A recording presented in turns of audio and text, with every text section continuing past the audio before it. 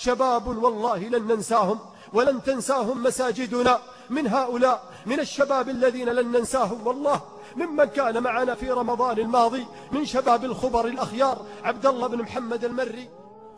بالحمد لله أحمده واثني عليه واعترف له بالولاية وكل خلقه بين يديه. كان لي ذل شكوى ببتدي الشكوى عليه يا لا لا له يا لا لا لا والثمن جنة وحور والثمن جنة وحور. تشتكي همك على الله واشتكي همي عليه ما لنا يا أخوك غيره نبتغيه ونبتجيه.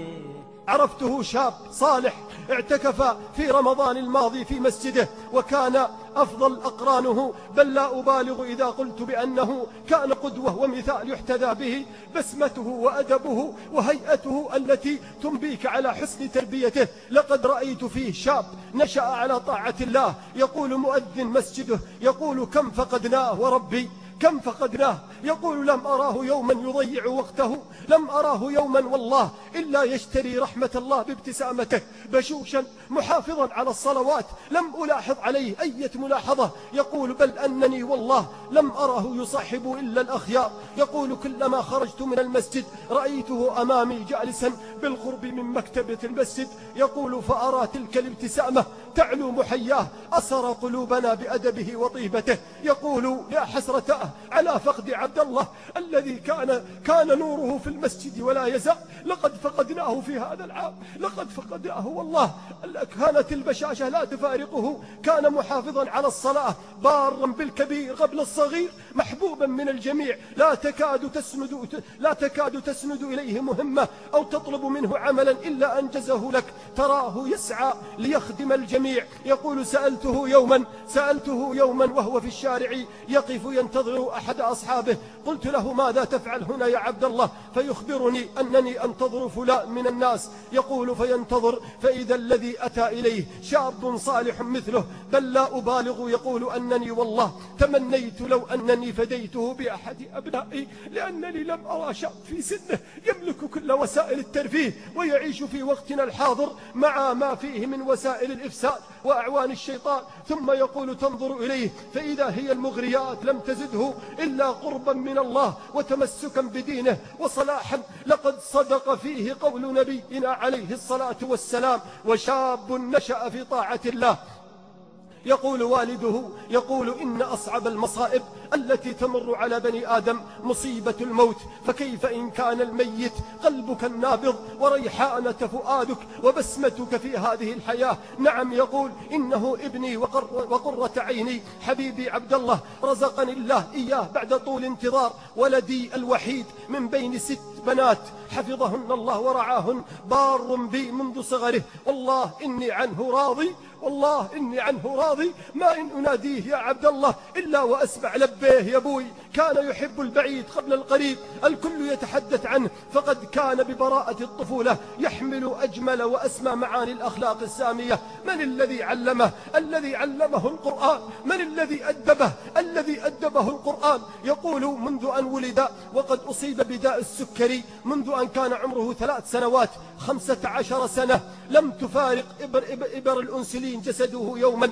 يقول وكان يصبر نفسه بالابتسامة في وجوهنا وكان لا يريد أن يرانا أن نحزن. كانت والدته حريصة عليه جدا متابعة لنظامه دوما سنوات وعبد الله يفوز بالمركز الأول في مسابقة أفضل طفل محافظ لأطفال السكر. يقول كانت تمر عليه أيام يتعب كثيرا وكنت أتضايق أنا ووالدته وكنت أتألم لألمه. كان دائما يعاتبني وهو يعلم أن هذا من البر. كان يردد لا تزعل يا أبوي،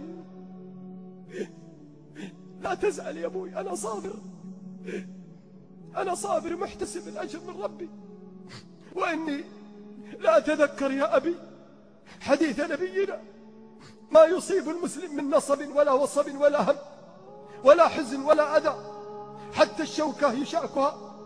أتسمع يا أبي حتى الشوكة يشاكها إلا كفر الله به من خطاياه. يقول يحتضنني في كل وقت ولا أسمع منه إلا سم لبيك يا ابوي. كان شديد الغيرة على والدته وأخواته، حتى يقول إني أعجب أحيانا منه، كنت أتبسم كثيرا لغيرته وأقول في نفسي الحمد لله أن رزقني بالولد الصالح. حتى يقول كنت أقول حتى إذا جاءني الموت أطمئن على وجوده من بعدي على أخواته، لكن هيهات هيهات جاءني يوما، جاءني ولا يدري ماذا يخبئ له القدر. جاءني ليستأذن بقوله أنا يا أبوي ودي أطلع مع أصحابي، ودي أذهب مع أصحابي هالأسبوع، علشان يقول الأسبوع الجاي أنت بتحج وأنا أجلس عند خواتي. يقول أذنت له ولا أدري ماذا يخبئ لنا القدر. فيا سبحان الله، يقول قبل وفاته بساعة وهو في طريقه قبل الحادث اتصل بي وطلب والدته وأخبرنا بأخباره وأنه طيب وبخير، وهو يردد يقول يكلم والدته وهو يقول أمي اشتريت لك هدية.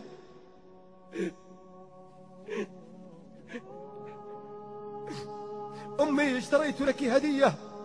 وهو يقول غدا العصر بإذن الله سأكون بينكم وفي أحضانكم.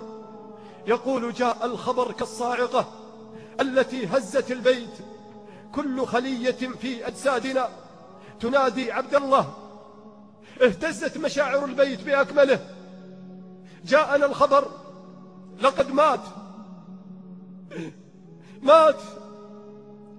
نور البيت، مات الذي كان قدوة لشباب الحي، مات وبكاه مسجده، مات وبكاه معتكفه، مات وبكاه الإمام والمؤذن، الكل يبكي لفقده.